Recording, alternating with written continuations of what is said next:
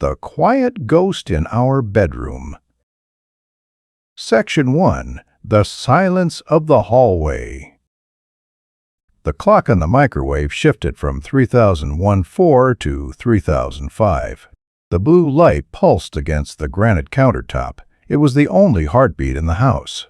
Elena wasn't home. She wasn't at her sister's. She wasn't at the office finishing the quarterly audit. I knew this because her sister had called me 3 hours ago, frantic, asking if Elena had found her keys. I had lied. I told her Elena was in the shower. I lied to protect a woman who, at that exact moment, was likely forgetting I existed. I sat at the kitchen island. I didn't turn on the lights. Shadows are kinder when your life is dismantling itself. I realized that the silence wasn't new. It had been growing for months. Like a slow leak in a basement. You don't notice the water until the foundations start to rot. I stayed silent because I wanted to see how far the water would rise before she noticed she was drowning too. We had been married for 7 years. 7 years of building a reputation, a portfolio, a life that looked surgical in its precision. I reached for her laptop. It sat on the charger, humming softly. I didn't need a password. I knew it. It was the date of our first anniversary, a date she had likely forgotten but used out of habit. My fingers hovered over the keys. I felt a strange, cold detachment. There was no anger. Anger is for people who still have hope. This was something else. This was data collection. I opened the synced messaging app. My eyes scanned the logs. Nothing. It was too clean, too empty.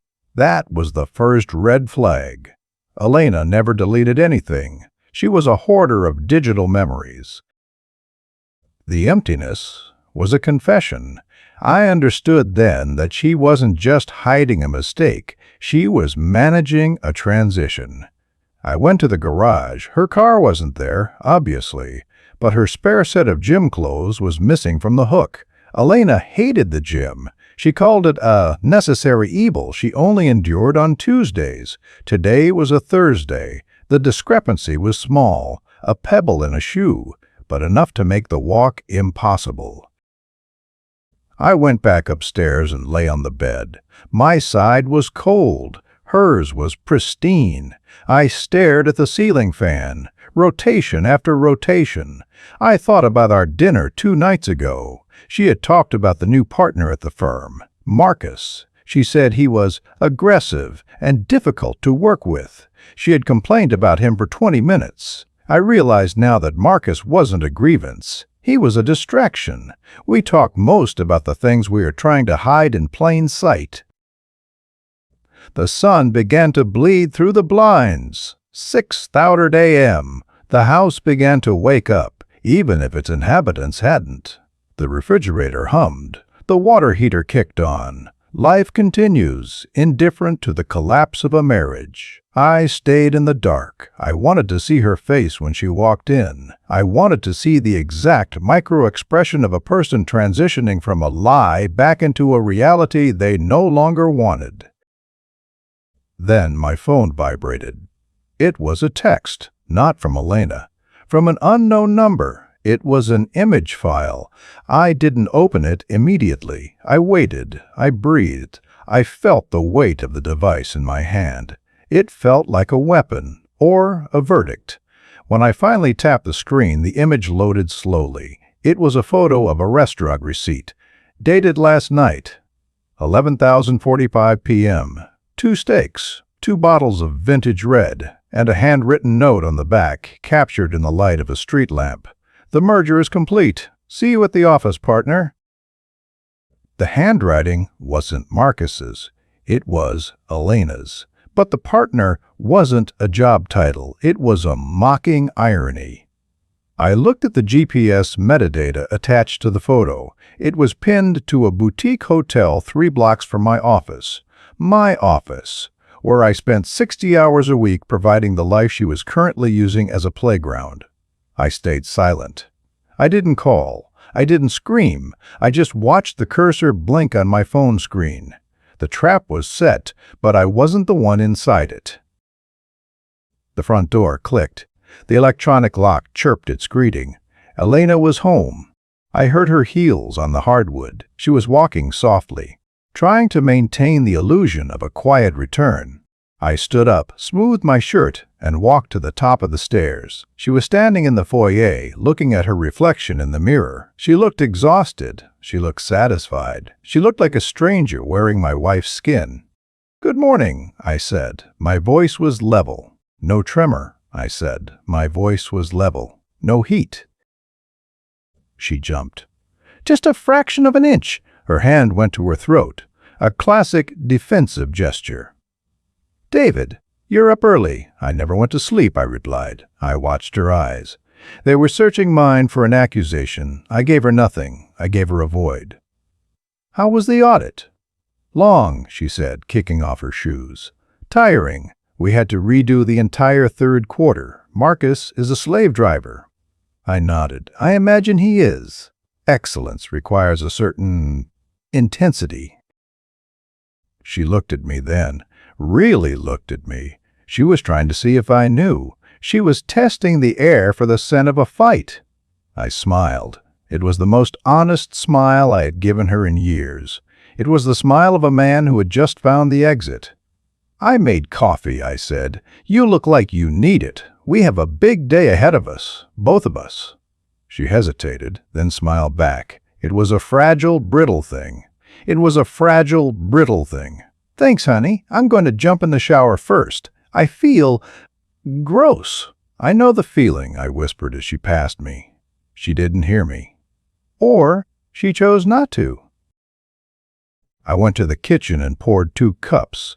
I didn't add sugar. I didn't add cream. I liked it bitter. It matched the clarity settling in my chest. The game hadn't just started, it was already over. She just hadn't looked at the scoreboard yet. Section 2. The Architecture of Deception. She stayed in the shower for 40 minutes. I sat at the table watching the steam curl from the mugs. I thought about the house. We bought it 4 years ago. It was a statement. High ceilings, glass walls, transparency. The irony was almost poetic. We lived in a house designed for light while we curated the darkest corners of our lives. When she finally emerged, she was wearing her power suit, navy blue, sharp shoulders. It was the suit she wore when she had to fire someone or close a deal. She was armor-plating herself. She sat across from me, picking up the coffee. Her hands were steady. She was a professional. I had always admired her competence. It was a shame she had turned that competence against the one person who was on her team. "You're very quiet this morning, David," she said, blowing on the surface of the dark liquid. "Just thinking about the future," I said. "The firm, the investments, how everything is connected." "The firm is fine," she said quickly, too quickly. "We're in a growth phase. It's stressful, but it'll pay off. I'm sure it will, especially with the mergers you're working on." She paused. The mug stayed halfway to her lips. The silence stretched. A second, 2, 5. The air in the room became halfway to her lips. The silence stretched. "A second, 2, 5, she said quickly. "What merger?" she asked. Her voice was steady, but her pupils dilated. "The one from the note," I said. I pulled my phone out and placed it face up on the table. The image of the receipt was glowing. She didn't reach for the phone. She just looked at it. I watched the gears turn behind her eyes. She was calculating. She was looking for a pivot, a lie that could bridge the gap between the receipt and her story about the audit. I waited. Silence is the best interrogator. People hate it. They will fill it. They're AIs. They will fill it with anything, even a confession, just to stop the ringing in their eyes. "It's not what it looks like," she finally said. "The oldest line in the book, the cliché of the guilty." "It never is," I agreed. "It usually looks like a dinner. It usually looks like a hotel. But underneath, it looks like a choice. You chose a partner, Elena. I'm just trying to figure out if you've realized what that partner is going to cost you." She set the mug down. It made a sharp clack against the wood. "Are we doing this now? I have a meeting at 8. "The meeting with Marcus? The one where you discussed the restructuring of your personal life?" I leaned back. I felt incredibly calm. Go. Go to your meeting. I wouldn't want you to be late for your own funeral." "Don't be dramatic, David. It was a business dinner that went late. I stayed at a hotel because I was too tired to drive. I didn't want to wake you up." "You stayed at a hotel 3 blocks from my office," I reminded her. "The one where I have a standing arrangement with the valet. The one who sent me that photo because he thought I had left my wallet in your car." "He recognized the car, Elena. He recognized you. He didn't recognize the man holding the door for you." The lie collapsed. I saw it happen. Her shoulders dropped an inch. The power suit suddenly looked too big for her. She wasn't an executive anymore. She was a caught child. But she was a smart child. She didn't cry. She didn't apologize. She looked for leverage. "Fine," she said. Her voice went cold, colder than I had ever heard it. "You found out. What now? You want a divorce. You want to split the assets. You know the prenup, David. You want to split the assets. You know the prenup, David. You get the house, but the liquidity stays without my salary." I laughed. It wasn't a bitter laugh. It was genuine. "You think this is about the house? You think I care about the glass and the granite?" "Then what?" she snapped. "You're going to tell my parents? Go ahead. They'll be disappointed for a week. Then they'll remind you that I'm the one with the career." I stood up and walked to the window. The neighborhood was fully awake now. People were walking dogs. Kids were waiting for buses. Normalcy. I missed it. "I don't care about your parents. I don't even care about Marcus. He's just a symptom of your boredom." "No, Elena, I'm thinking about the audit. The real audit." She froze. "What are you talking about?" "You've been using the firm's discretionary fund to cover the merger expenses for months," I said, turning to face her. "The dinners, the hotels, even the jewelry you bought yourself last month. You thought you were being clever, burying it in the client acquisition line items. But you forgot one thing." She was pale now. Truly pale. "What?" "I'm the one who designed the software your firm uses for expense tracking," I said softly. "I built a backdoor, not because I didn't trust you, but because I'm a builder. I like to know how things work, and right now the things you've been doing, they don't work for the IRS or for your board of directors." The power shift was audible. It sounded like a sharp intake of breath. She looked at the phone, then at me, then at the door. She was trapped in a room made of her own mistakes. "You wouldn't," she whispered. "It would ruin the firm. It would ruin us." "There is no us, Elena. There hasn't been for a long time. There's just a guy who built a life and a woman who tried to burn it down while standing inside it." I picked up my coffee and took a sip. It was cold. "I'm going to work now. You should go to your meeting. But I'd be very, very careful what you say to Marcus. He's an aggressive man, right? I wonder how he'll feel when he finds out he's been tagged as an accomplice to embezzlement." I walked past her. I didn't touch her. I didn't look at her. I went to the closet, grabbed my coat, and headed for the door. "David!" she called out. Her voice was cracked. "Wait! We can talk about this." I paused with my hand on the knob. I didn't turn around. "We are talking, Elena.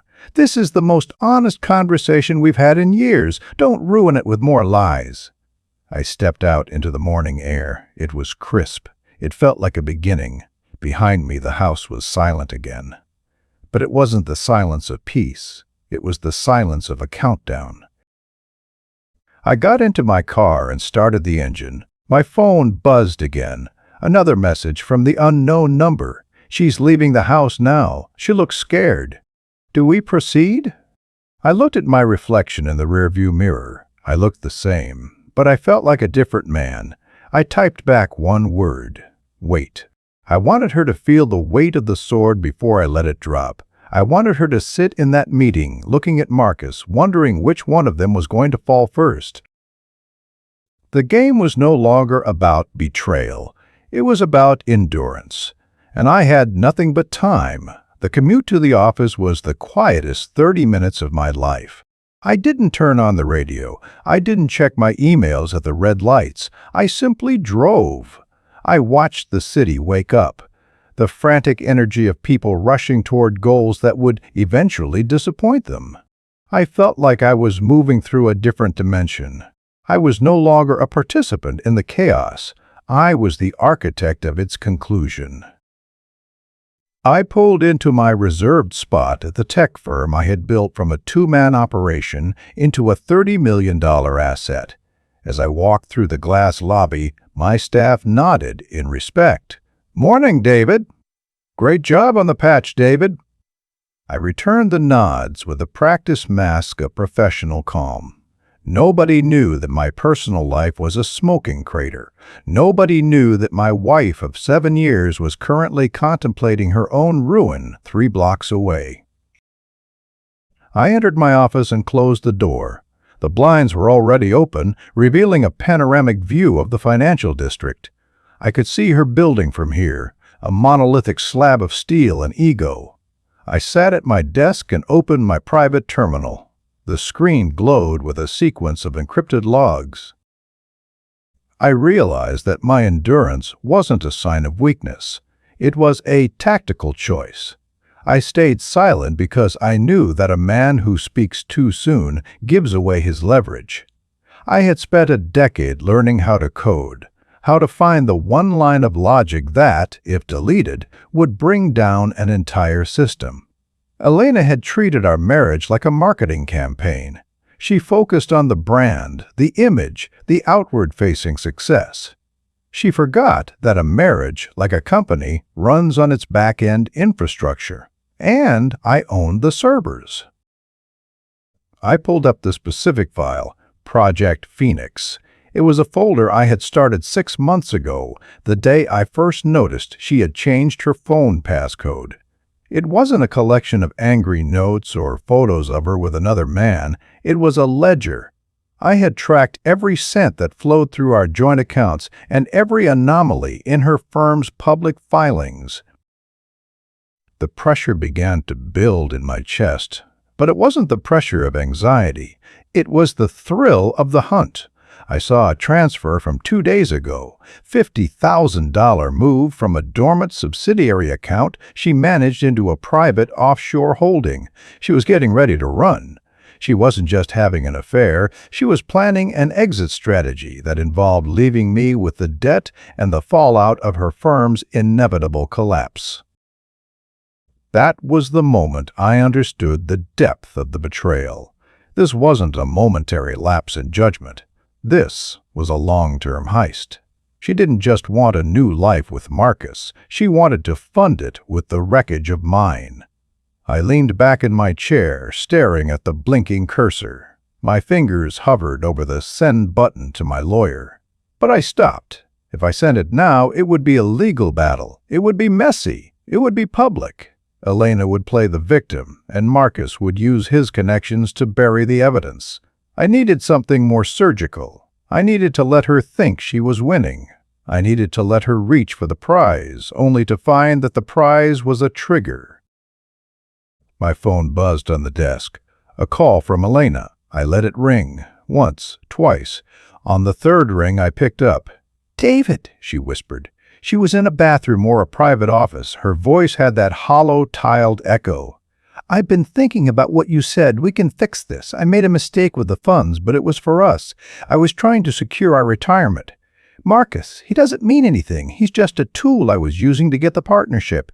The audacity was almost breathtaking. She was trying to gaslight the man who had the logs.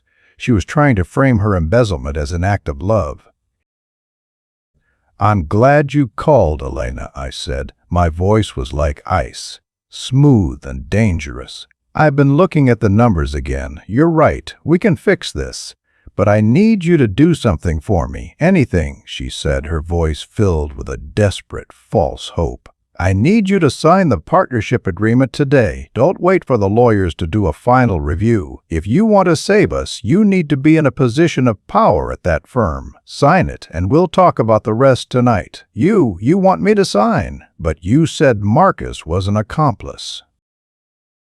"He is, which is why you need to be his boss. Sign the papers, Elena. Lock yourself in. It's the only way out." There was a long pause. I could hear her breathing. She was weighing the risk. She thought I was giving her a lifeline. She thought I was the same soft David who would forgive anything if she just whispered the right lies. "Okay," she said. "I'll do it. I'll sign it during the lunch session. Thank you, David. I'll sign it during the lunch session. Thank you, David. I knew you'd understand." I hung up without saying goodbye. I looked back at the screen. The partnership agreement she was about to sign wasn't just a promotion. In the fine print of that firm's bylaws I had helped her review months ago, there was a clause about personal liability for firm losses. By signing that paper today, she wasn't just becoming a partner. She was becoming the sole legal guarantor for the very funds she had stolen. The trap wasn't just set. She was currently walking into the center of it, convinced she was being rescued. I felt a cold, sharp satisfaction. It was the feeling of a calculation coming to its inevitable conclusion. Section 3. The Noon Deadline. 12 o'clock arrived with a heavy, oppressive heat that seemed to seep through the office windows. I stood by the glass, watching the street level. I could see the couriers weaving through traffic. Somewhere down there, a digital signature was being recorded. A life was being signed away in a high-backed leather chair, accompanied by a handshake and a glass of expensive scotch. I realized then that the most dangerous people aren't the ones who scream. They are the ones who wait. I had waited through 7 years of dinners, through hundreds of small lies, through the subtle shifting of her affection away from me. I had been the silent partner in my own replacement, but now the silence was my greatest weapon. I stayed silent during the 12:15 staff meeting. I sat at the head of the conference table while my lead developers discussed the new security protocols. They were talking about firewalls and encryption. They were talking about how to keep bad actors out of our data. I looked at their faces, young, ambitious, naive. They thought the enemy was a hacker in a dark room halfway across the world. They didn't realize the enemy is usually the person sitting across from you at breakfast. "David, you have thoughts on the encryption layer?" my CTO asked, snapping me back to the room. "Encryption is only as good as the person holding the key," I said. "If the key holder wants the system to fail, no firewall in the world can save it. Focus on the internal access logs. That's where the real stories are told." They nodded, scribbling down my wisdom. They thought I was being profound. I was just being honest. I returned to my desk at 1:30 p.m. My private inbox had a new alert, a notification from the firm's public relations portal, new partner announcement, Elena Vance. There it was, the public declaration of her success. I imagined her in that moment. She was probably smiling. She was probably holding a glass of champagne, looking at Marcus with a shared secret in her eyes. She thought she had played me. She thought my advice to sign the papers was the desperate act of a man trying to hold on to a successful wife. I opened the secondary terminal. This one was connected to a private investigator I had hired 3 weeks ago, not to follow her. I already knew where she was going, but to follow the money. "The offshore account has been flagged," the message read. As soon as the partnership signature hit the server, the audit trigger I installed went live. The firm's compliance department just received an anonymous tip with the transaction IDs. They're matching the signatures now. The rising psychological pressure of the last few hours began to peak. This was the moment of no return. In a few minutes, the compliance officer, a man known for his ruthless adherence to the law, would walk into the partnership celebration. He wouldn't be bringing a gift. He would be bringing a forensic accountant and a security detail. I stayed in my chair, motionless. I thought about our wedding day, the promises made in a garden in Vermont. I had meant them, every single one. I had been prepared to build an empire for her. I realized that the woman I married didn't exist anymore, or perhaps she never did. Perhaps she was just a ghost I had been feeding with my own hard work and devotion. The phone on my desk rang again. This time it wasn't Elena. It was the building security from her office. "Mr. Vance, this is Sergeant Miller. There's been an incident at the firm. Your wife asked us to call you. She's being detained for questioning regarding some financial discrepancies. She's quite upset, sir." "Detained?" I asked. My voice was a masterpiece of feigned shock. "On her first day as partner. That must be a mistake. The firm's legal team is involved, sir. They're saying it's a direct violation of the partnership agreement she just signed. They're suggesting it might be criminal." "I'll be right there," I said. I hung up. I didn't move. I didn't reach for my keys. I sat in the silence of my office, watching the sun move across the floor. I waited for exactly 10 minutes. I wanted her to sit in that room. I wanted her to look at the mahogany walls and realize that they were now the walls of a cage. I wanted her to look at Marcus and see him distance himself from her with the speed of a man protecting his own skin. I stood up and put on my jacket. I checked my reflection in the window. I looked calm. I looked like a supportive husband coming to the aid of his wife. But as I walked toward the elevator, I checked my personal account. The Project Phoenix folder was gone. In its place was a single outgoing wire transfer. I stepped into the elevator and pressed the button for the lobby. As the doors closed, my phone vibrated one last time. A message from an unknown number. "She's crying now. Marcus just left the room. He didn't even look at her. What's the next move?" I didn't reply. I didn't need to. The next move wasn't mine to make. It was the law's. I was just going there to watch the final act, to be the good husband one last time while I handed her the pen to sign the confession I had already written for her. I walked out of my building and headed toward hers. The 3-block walk felt like a victory lap. I could see the flashing lights of a police cruiser parked in front of her lobby. The story was reaching its inevitable conclusion, but as I approached the doors, I saw someone I didn't expect. Standing by the fountain, watching the chaos with a smirk that matched my own, it wasn't Marcus. It was the woman I had seen in the background of the hotel photo, the one I thought was just a passerby. She looked at me and nodded. She held up a small black flash drive. "You're late, David," she whispered as I passed. "The real show is just starting." I stopped. The pressure I thought had peaked suddenly doubled. There was another layer, another partner, and for the first time in months, I wasn't the one holding the keys. The woman by the fountain was Sarah, the firm's head of internal compliance. I had known her for years. We had sat through a dozen corporate galas together, exchanging nothing but polite nods and observations about the weather. But as she stood there, holding that flash drive like a detonator, I realized she had been the one watching from the shadows while I was busy watching the front door. I stayed silent because I needed to gauge if she was an ally or a new predator in the water.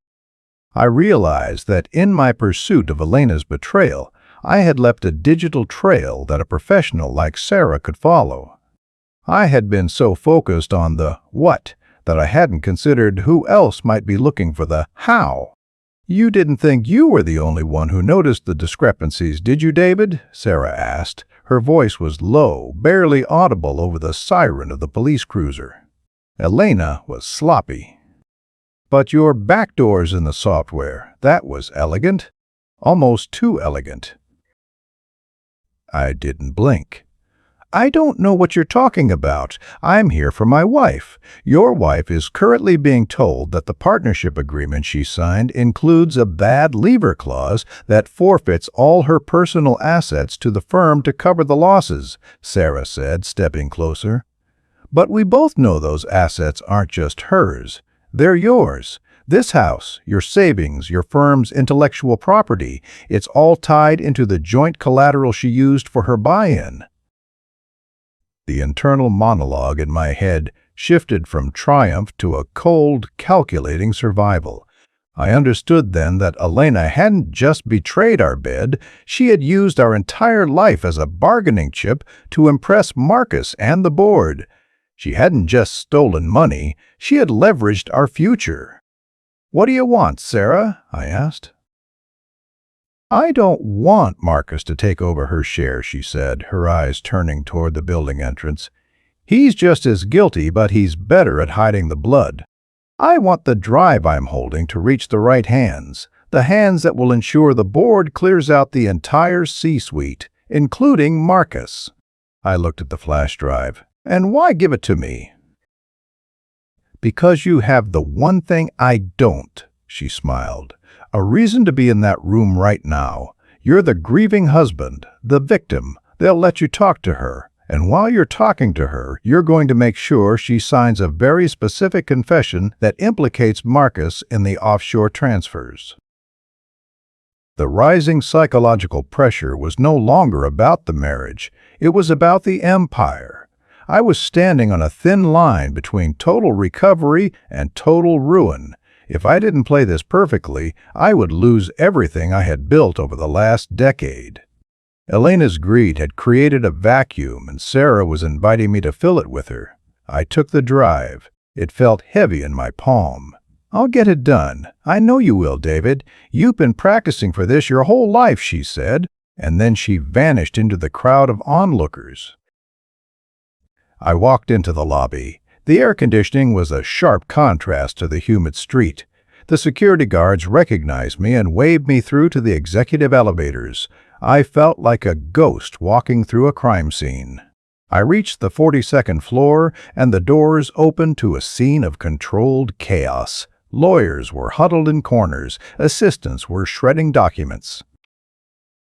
I saw Marcus through the glass of the main boardroom. He was pacing, his tie loosened, his face flushed. He looked like a man who was realizing the life raft he had built was made of lead. He saw me and stopped. For a second, I saw fear in his eyes. He thought I was there to hit him. He thought I was there to scream. I gave him a polite, mournful nod and kept walking toward the holding room where they had Elena. When I entered, she was sitting at a small table. Her makeup was ruined. Her power suit was wrinkled. She looked up at me, and for a fleeting moment, I saw the woman I used to love. But then she spoke, and the ghost vanished.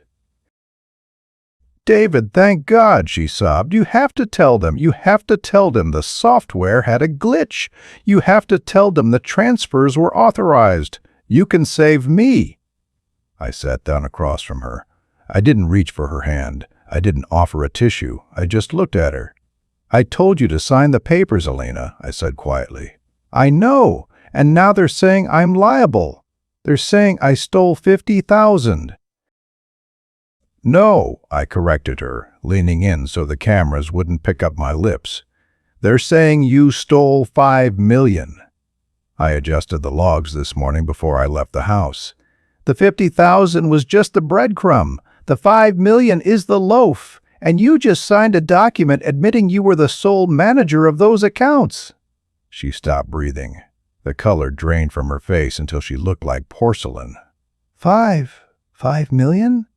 "David, I didn't. I would never. I know you didn't," I whispered. "But the system says you did." "And the system doesn't lie, unless the person who built it wants it to." She stared at me, realization finally dawning. The soft husband was gone. The man she thought she was managing was the one who had written the script for her downfall. "Why?" she choked out. "Because you didn't just leave, Elena. You tried to erase me, and I don't like being erased." I pulled out a single sheet of paper from my pocket. It was a confession, typed and ready. "Sign this. It says you were acting under the direct instruction and coercion of Marcus. It says he threatened your position if you didn't move the funds. You sign this, and I'll make the $5 million disappear from the logs. You'll still be fired. You'll still be disgraced, but you won't go to prison." She looked at the pen in my hand. She looked at the door. She was a trapped animal, and I was the only one offering a cage with a window. Section 4. The Art of the Withdrawal. Elena's hand trembled as she reached for the pen. I watched her fingers. Those were the same hands that had held mine at our wedding, the same hands that had typed messages to Marcus while I sat 3 feet away from her on the sofa. I felt a strange sense of clinical detachment, The emotional addiction was broken. All that remained was the execution of the plan. I stayed silent as she read the document. It was a masterpiece of legal leverage. It didn't just implicate Marcus, it painted him as the mastermind of a multi-year embezzlement scheme. It was a narrative the board would eagerly swallow because it allowed them to fire Marcus for cause, saving them millions in severance and potential lawsuits. "If I sign this," she whispered, her eyes searching mine, "what happens to us?" "There is no us, Elena," I said. The words felt like stones, heavy and permanent.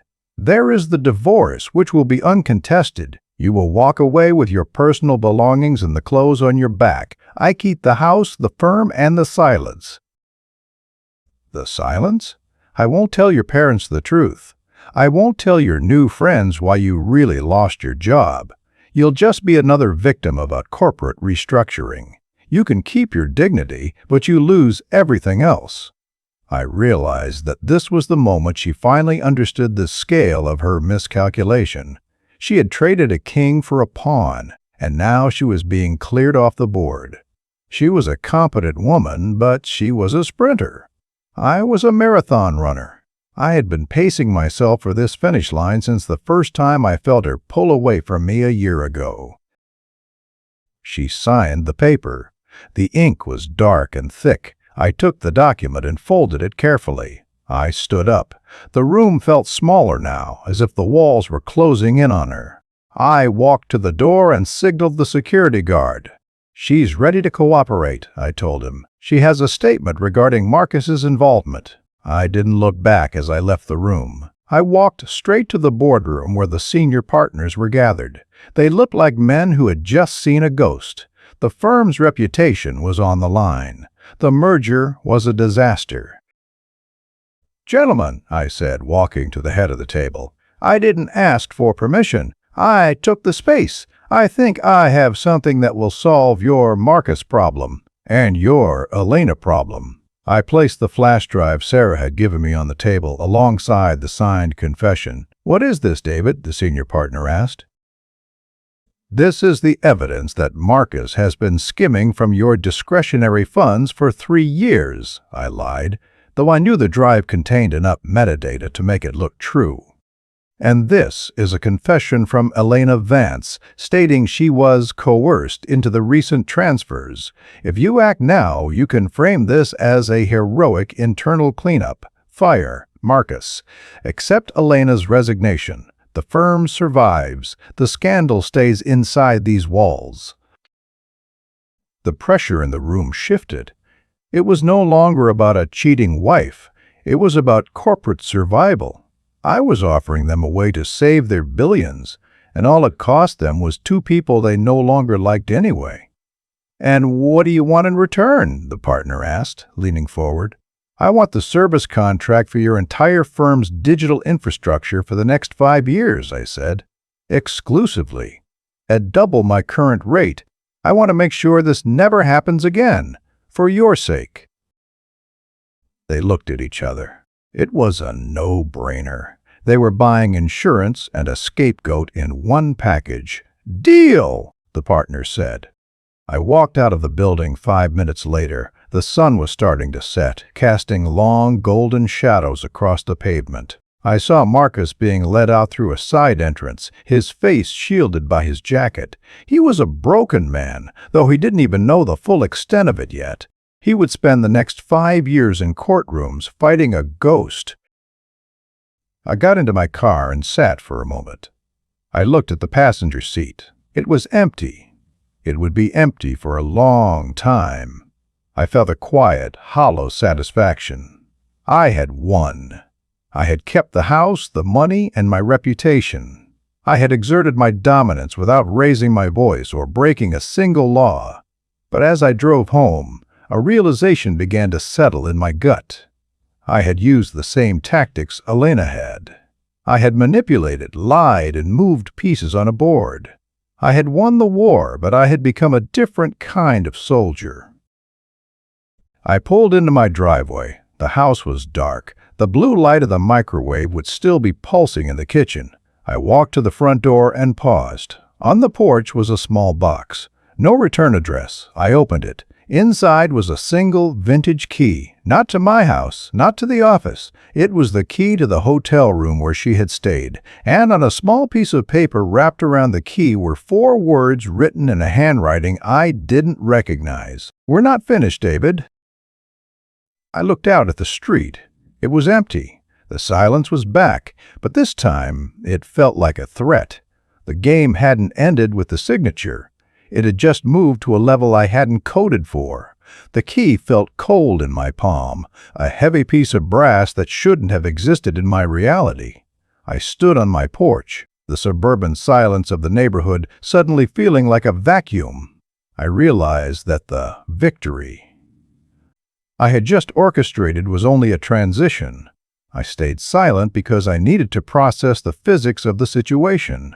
Someone else had been in that hotel room. Someone who wasn't Marcus. Someone who knew exactly when I would be returning home, victorious and vulnerable. Section 5. The Room 404. I walked inside and locked the door. I didn't turn on the lights. I sat in the same spot at the kitchen island, where this had all begun 48 hours ago. The house felt different now. It wasn't a home, it was a crime scene, where the evidence had been meticulously cleaned, yet the scent of the struggle remained. That was the moment I understood that Elena wasn't the architect. She was a project manager. She had been taking orders from someone with a much longer reach than a mid-tier firm partner like Marcus.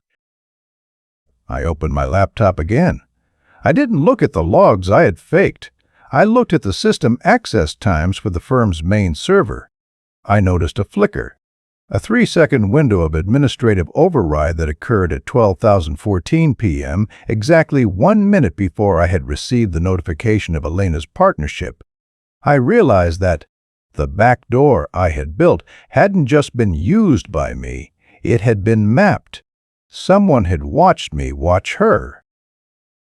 The internal monologue in my head began to race, not with panic, but with the cold precision of a debugger. I had been so arrogant. I had thought I was the only one with the intelligence to play this game. I had assumed that because I built the house, I controlled the locks. But a house is just a box. The person who controls the air inside it is the one who truly owns it. I looked at the key again. The room number was 404, a digital joke. File not found. Whoever sent this was mocking my profession. They were telling me that despite all my data, I was missing the core file. I pulled up Sarah's contact info. I remembered her smirk by the fountain. I remembered the flash drive. I realized that Sarah hadn't given me the drive to help me. She had given it to me to see what I would do with it. It was a stress test. Rising psychological pressure began to tighten around my throat. If Sarah was involved, then the evidence I had presented to the board was a poisoned gift. If the data on that drive was traceable back to my personal IP, then I hadn't just framed Marcus, I had documented my own corporate espionage. I had handed the board the rope they needed to hang me if I ever stepped out of line. I checked my firm's bank accounts. The balance was there. The wire transfer had been successful. But as I watched the screen, the numbers began to fluctuate. A cent here, a dollar there. It was a salami attack, a slow, systematic draining of funds so subtle that most automated systems wouldn't flag it for months. Someone was currently bleeding me dry in real time. I stayed silent as I watched my net worth drop by $300 in 10 minutes. It was a message. They could take it all. They could do it while I watched. And they wanted me to know that they were enjoying the view. I closed the laptop. I wouldn't fight them in the digital space. Not yet. I needed to see the face of the ghost. I grabbed my coat and headed back to the car. I drove to the boutique hotel. The city was glowing with that artificial late-night hum. I felt a strange sense of inevitability. Every turn I took felt like it had been choreographed weeks ago. I wasn't driving, I was being pulled. I walked into the hotel lobby. The valet who had sent me the photo was gone. A new man stood there, his face blank and professional. I didn't stop at the desk. I walked straight to the elevator and pressed 4. My heart was a steady rhythm in my chest. No adrenaline, just a cold, hard focus. The hallway of the 4th floor was lined with thick, floral carpet that muffled my footsteps. It felt like walking through a dream. I reached room 404. I stood there for a long time, the key hovering near the lock. I realized that once I turned this key, there was no going back to the David who lived in the glass house. That David died the moment he decided to frame his wife. I turned the key. The lock clicked with a finality that echoed in the empty hall. I pushed the door open. The room was dark, save for the glow of a single tablet sitting on the unmade bed. There was no one there. No Elena, no Marcus, no Sarah. Just the smell of the perfume Elena had worn on our first date, a scent she hadn't used in years. I walked to the bed and picked up the tablet. There was a single video file ready to play. I pressed the icon. The screen showed a grainy night vision angle of my own bedroom. It was dated 3 months ago. In the video, I was asleep. But Elena wasn't. She was standing by the window talking to someone on a burner phone.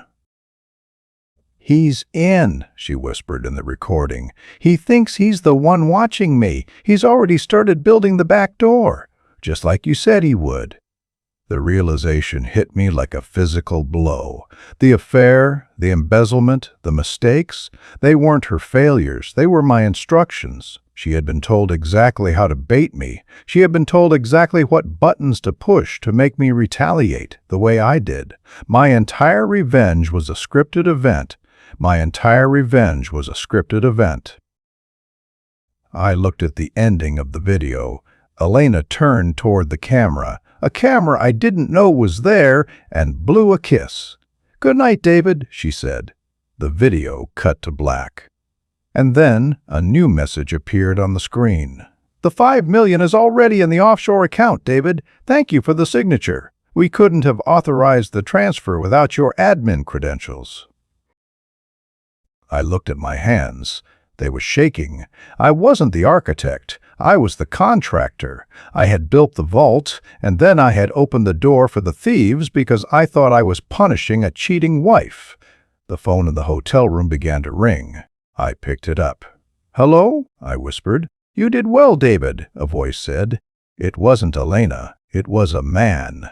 A voice that sounded hauntingly familiar but distorted by a modulator. "The board is happy. The firm is clean. And you are officially the most successful fall guy in the history of this city." "Who is this? I'm the partner you should have been looking for," the voice replied. "Look out the window, David." I walked to the window and looked down at the street. A black sedan was idling at the curb. The door opened, and Elena stepped out. She looked up at the hotel, her face illuminated by the street lamp. She wasn't crying. She wasn't scared. She looked radiant. She looked free. She waved once, got back in the car, and disappeared into the night. Section 6. The Weight of the Void. I stood by the window for an hour. The city moved on below me, oblivious to the fact that I had just become a ghost in my own life. I realized that my silent dominance had been a delusion. I had been playing chess against a grandmaster while I was still trying to figure out how the pieces moved. Every move I made to control Elena had been a move she wanted me to make. I stayed silent because there were no words for this level of self-destruction. I had been the perfect instrument. My ego, my need for order, my desire for a moral victory, they had used my best traits to facilitate my worst nightmare. I understood now that the $5 million wasn't the goal. The goal was the control of the firm's infrastructure. By fixing the problem for the board, I had installed their software, their protocols, their people. I had handed over the keys to the kingdom while thinking I was the one locking the gates. I sat back down on the edge of the bed. The scent of her perfume was cloying now. It felt like a mockery. I looked at the tablet again. I started digging into the source code of the video player. It was my own code, a modified version of the software I had sold to the firm. They were using my own tools to dismantle me. Rising psychological pressure began to turn into a strange, crystalline clarity. I had lost the house. I had lost the money. I had lost the woman I thought I knew. But in the vacuum of that loss, the static of my life finally cleared. I wasn't the man I was yesterday. That man was a fool who valued his reputation over his reality. I realized that the black sedan was heading toward the private airfield. Elena was leaving. She was the distraction, the beautiful bait that kept me occupied while the real merger took place. But she had made one mistake. She had used my software to send the video. In every program I write, I hide a kill switch. Not a backdoor for access, but a logical paradox that, if triggered, causes the entire system to loop into infinity. It's my signature. It's my insurance. And since they were using my modified code to run the firm's new secure infrastructure, they had unknowingly invited the virus into the heart of the machine. I didn't need a laptop. I didn't need a server. I just needed the tablet in my hand. I began to type. Short, clean lines of logic. I wasn't trying to get the money back. I wasn't trying to save my job. I was going to erase the board. I was going to erase Marcus. I was going to erase the entire digital footprint of the firm that had tried to swallow me. I stayed silent as the progress bar moved across the screen. 10%, 20%. I thought about the board members who had shaken my hand. I thought about Sarah and her smirk. They thought they had bought a loyal dog. They didn't realize they had bought a wolf that was comfortable with starving. The phone rang again. I didn't answer it. The tablet screen flickered. A new window popped up. It was a live feed from the black sedan. It was a dash cam. I could see the back of Elena's head. She was laughing. She was talking to someone in the front seat. "He's at the hotel," she said. "He's probably staring at the screen right now. He looks so small when he's confused." The man in the driver's seat laughed. I recognized that laugh. It wasn't Marcus. It was my CTO, the man who had sat in my conference room that morning nodding at my wisdom. "David was always too smart for his own good," the CTO said. "He built a world out of glass and then wondered why it shattered when we threw a stone." I felt a surge of cold, restrained power. They were still talking as if I was a victim. They didn't see the progress bar. 80%, 90%. "Wait," the CTO said, his voice suddenly shifting. "The GPS is glitching. The car is. The lock's just engaged." I watched the screen as the interior lights of the sedan began to strobe. The electronic dashboard went dark, then lit up with a single word in bright neon green: reboot. "What's happening?" Elena shouted. "Open the door! I can't! The system is overriding the manual controls." I leaned into the tablet's microphone. "It's called a logic loop, Elena," I whispered. "It's what happens when the system realizes the architect is still in the building." The car on the screen began to accelerate, not toward the airfield, but toward the police station I had just left. I had rerouted their autonomous driving module. They weren't going to a private jet. They were going to a direct confrontation with the forensic evidence I was currently uploading to the state prosecutor's server. Real evidence this time, not the fakes I had given the board. "David, stop it!" Elena screamed at the dash cam. She knew I was watching. She knew the trap had finally snapped shut on the right legs. Section 7. When the board realized. I stayed silent. I watched as the sedan pulled into the police lot, the sirens already wailing in the background as the stolen vehicle report I had filed hit their systems. I watched the doors remain locked until the officers surrounded the car with their weapons drawn. I closed the tablet. The room was dark again. The silence was finally mine. It wasn't the silence of a victim, and it wasn't the silence of a victor. It was the silence of a man who had finally cleared the board. I walked out of the hotel room. I left the key on the bed. I walked down the hall, past the floral carpet and the empty rooms. I stepped out into the night air. It felt different now, cleaner. I didn't go to my car. I started walking. I didn't know where I was going, but for the first time in 7 years, I wasn't following a script. I was just a man in the dark, moving forward. But as I reached the corner, a figure stepped out from the shadows of a parked van. It was Sarah. She wasn't smirking anymore. She looked tired. She held out a cigarette, the ember glowing like a small dying star. "You burned it all down, David," she said. "It was already on fire," I replied. "I just stopped the fans from blowing. The board is going to come for you. They have lawyers you can't even imagine." "Let them come," I said, looking her in the eye. "I have the one thing they don't." "What's that?" "Nothing left to lose." She nodded slowly, then turned and walked away into the city. I watched her go. Then I turned and walked the other way. The game was over. The marriage was dead. The firm was a ghost, and I had never felt more alive. The city was at its quietest.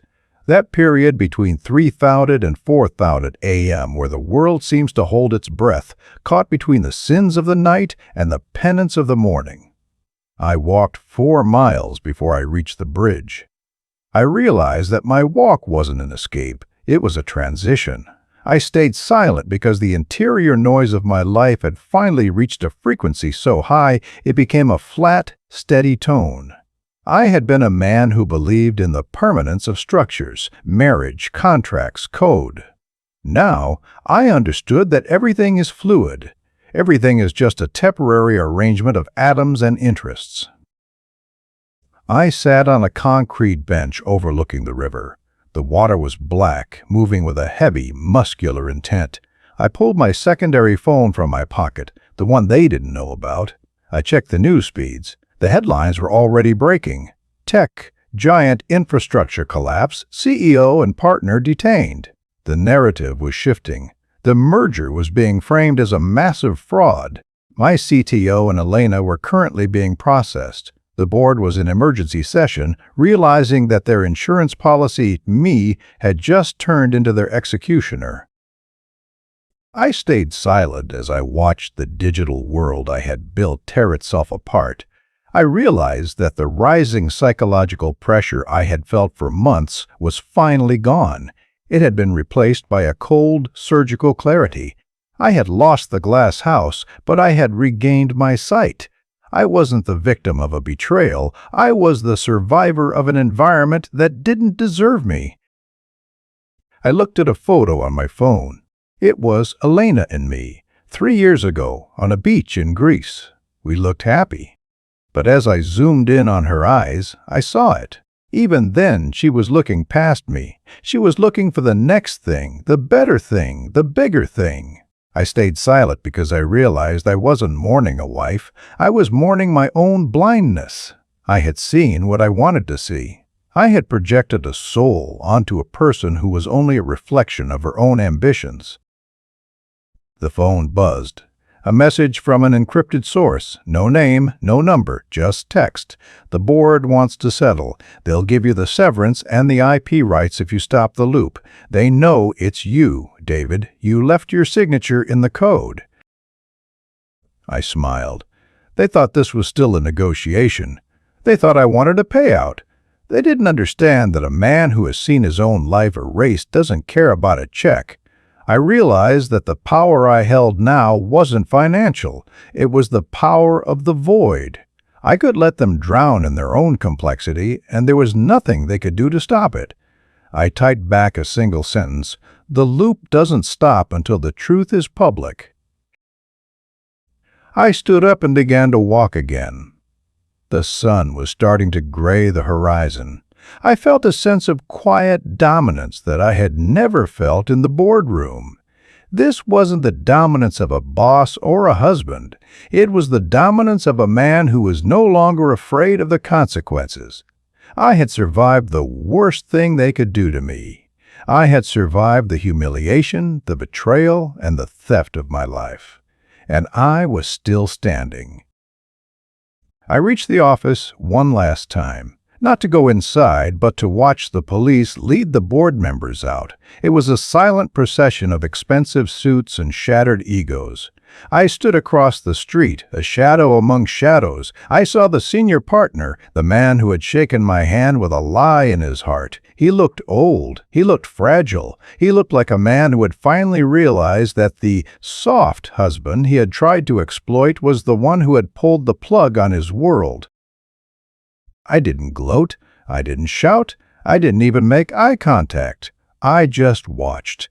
I stayed silent until the last car drove away. That was the moment I realized that victory doesn't feel like a celebration. It feels like a long, deep breath after being underwater for a very long time. It feels like the weight of a heavy coat being lifted from your shoulders. I turned away from the building and started walking toward the train station.